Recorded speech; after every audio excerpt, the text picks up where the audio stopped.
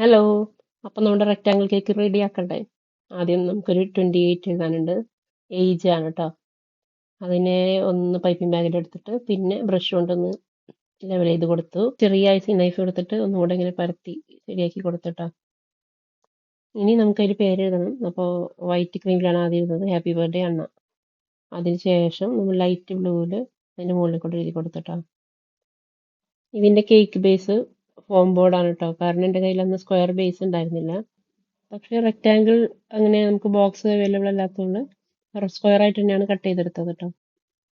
Rosette nozzle വെച്ചിട്ട് ഇങ്ങനെയാണ് 4 സൈഡ്സും കൊടുത്തത് കേട്ടോ. ഇനി ഈ ഡിസൈനിന്റെ മെയിൻ ഹൈലൈറ്റ് ആയിട്ടുള്ള ക്യാൻഡിൽസ് വെച്ച് കൊടുത്തു. ½ kg കേക്ക് ആയതുകൊണ്ട് നമ്മൾ 2 വെച്ചത് കേട്ടോ. പിന്നെ ജിപ്സം ഫ്ലവർ ഇങ്ങനെ റെഡിൽ അവിടെ ഇവിടെ കൊടുത്തു. റോസറ്റ് ചെയ്തു.